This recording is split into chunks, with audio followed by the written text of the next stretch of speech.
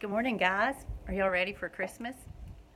I want to read you a story this morning out of the book of Luke, chapter 2, about an old guy who was super pumped for the first Christmas, and his name is Simeon.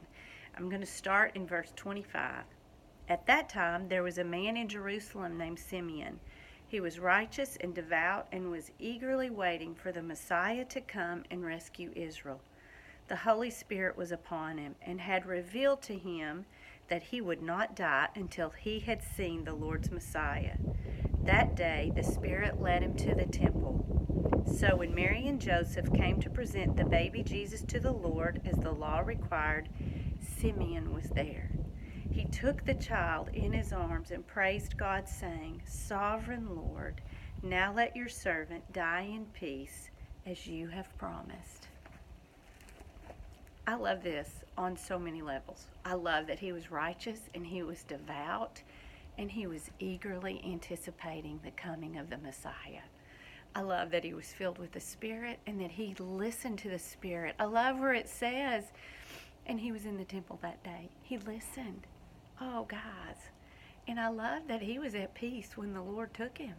Like at the very end, okay, I'm ready. I've seen it. I love that. Guys, I don't know. As I read that story yesterday, I was so encouraged because I thought we can still be that way. The Old Testament prophesied the coming Messiah the first time. Well, the whole book pretty much testifies to his second coming. And so we can eagerly anticipate that. And we can live righteous and devoted lives, just as Simeon did, and be at peace with what the Lord does.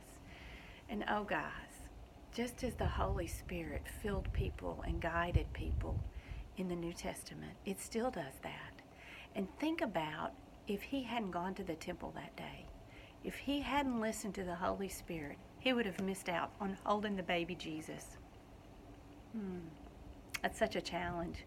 So today, the challenge is, are we eagerly anticipating the second coming of the Lord? Do you think about it? And also, are you listening for the Spirit? I don't want to miss out on anything that God has in store.